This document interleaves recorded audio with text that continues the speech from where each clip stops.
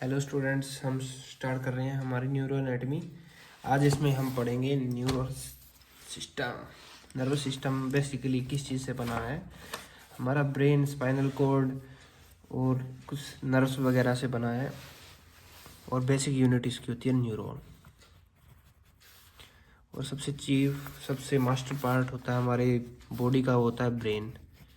ये काम क्या करता है? ब्रेन का काम होता है कंट्रोल एंड कोऑर्डिनेशन का, जजमेंट का, इंटेलिजेंस का, मेमोरी का।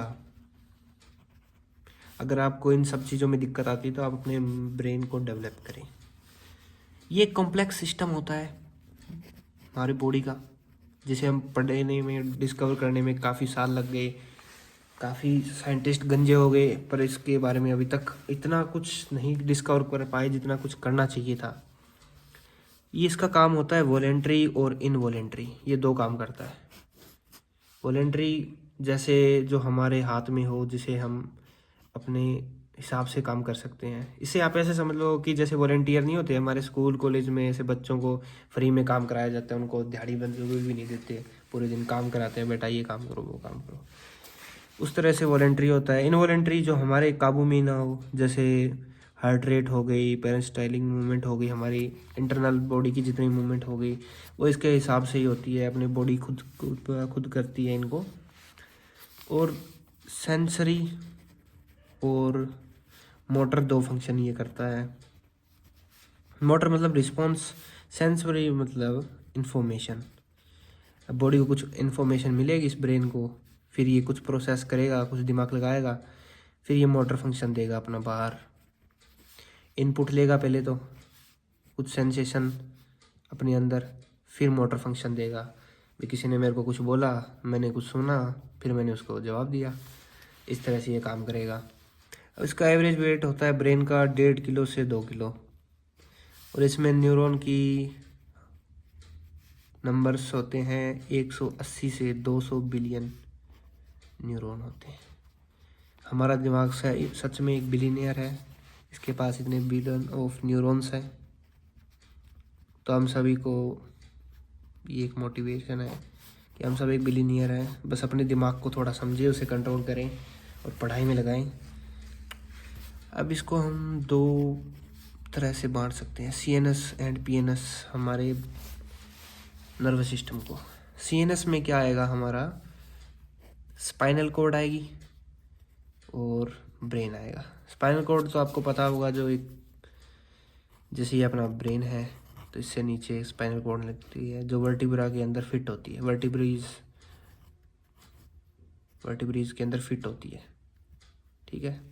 और इनसे स्पाइनल कॉर्ड से नर्व निकलती है, उनको बोलते हैं पेरिफेरल नर्व्स।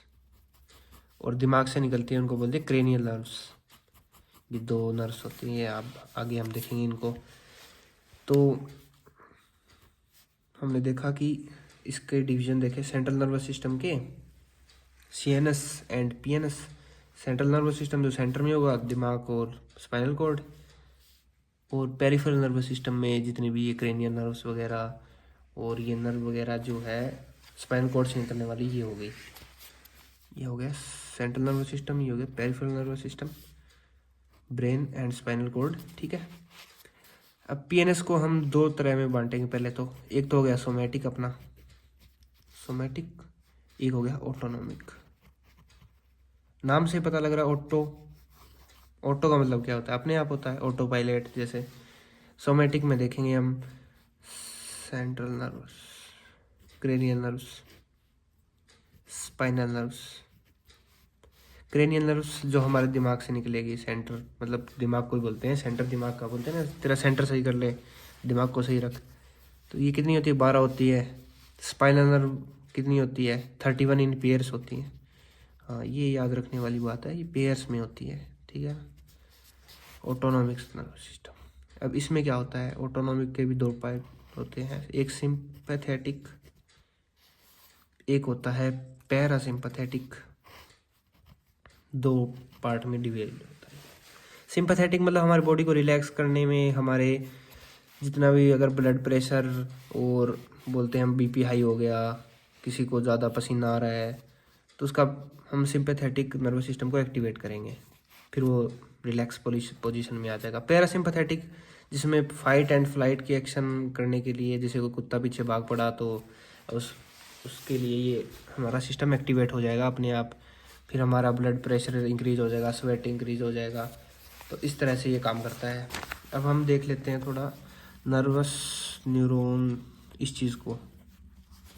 अब न्यूरॉन क्या होती है? बेसिक सेल होती है जिससे दिमाग बनता है या नर्वस सिस्टम बना हुआ है। इसको हम दो तरीके से देखेंगे। किस नज़रिए से देखेंगे? एक तो नर्व सेल होगी जो मेन सेल होगी जो फंक्शन करेगी, फिर एक होगी न्यूरो ग्लाइयल सेल।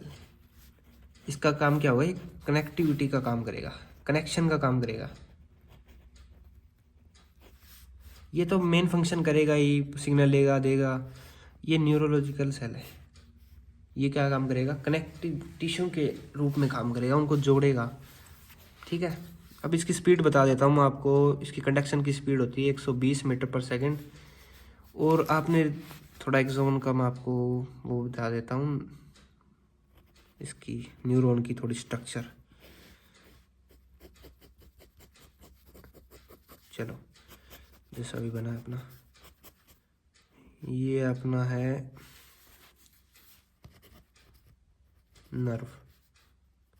नर्व सेल बोल दें, न्यूरॉन सेल बोल दें। ठीक है, ये इसके डेंड्राइट्स होते हैं ऊपर की तरफ, ये लंबे लंबे होते हैं। एक्सॉन थोड़े छोटे होते हैं साइज़ में। ये बीच में ये जो आपको पतली सी लाइन दिख रही है, इन दोनों को जोड़ती है। यहाँ पे सेल होती है, साइटोप्लाज्म होता है। ठीक है, अब ये माइलिनेटेड भी हो सकती है, माइलिनेटेड भी हो सकती है कुछ हिस्सों में, पर ज़्यादातर माइलिनेटेड होती है। तो इसमें क्या है कि एक्सोन से, ये एक्सोन पार्ट है, ये डेंड्राइट है। अब एक्सोन से सिग्नल आएगा और डेंड्राइट की तरफ जाएगा, ये बात ध्यान रखना आप। Okay student, thank you.